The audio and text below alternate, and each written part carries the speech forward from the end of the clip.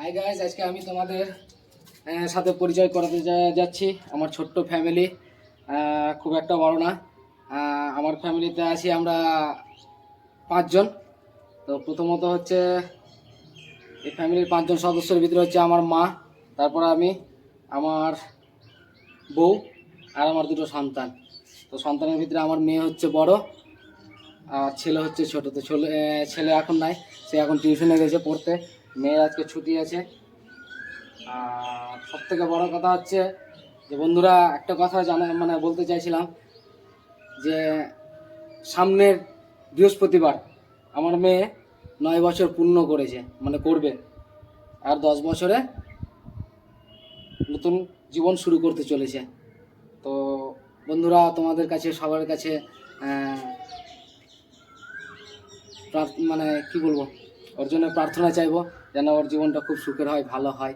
ও যেন সামনের জীবনটা খুব সুন্দরভাবে জীবনযাপন করতে পারে। তো আপনাদের আশীর্বাদই হচ্ছে আমাদের পরিবারের সবার জন্য মঙ্গল। তো বন্ধুরা, একটাই কথা বলবো, আজকের দিনে কি বলবো, খুব ভালো লাগা আছে যে আজকের দিনে এর জন্য আমার এই মেয়ের জন্য আমি বাবা হতে পেরেছি।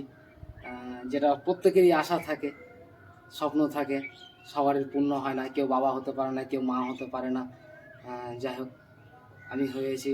এটা আমার খুব সৌভাগ্য যে আমার জীবনটা এই মেয়ের জন্য অনেক অনেক কৃতজ্ঞতা আছে, কারণ ওর জন্যই আমি বাবা হতে পেরেছি।